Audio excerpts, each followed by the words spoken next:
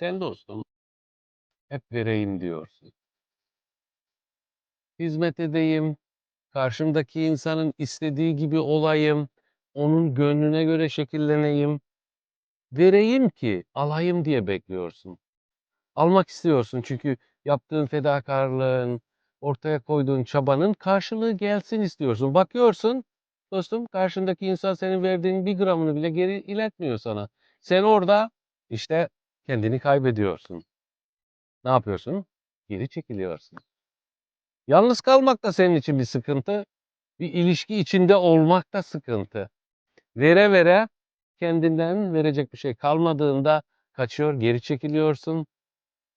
Kendini yalnız hissediyorsun. Bu yalnızlığa dayanamıyorsun. Sonra tekrar ilişki içinde olmak senin için kaçınılmaz oluyor. Her nasılsa bütün ilişkilerinde bu döngüyü tekrarlıyorsun dostum.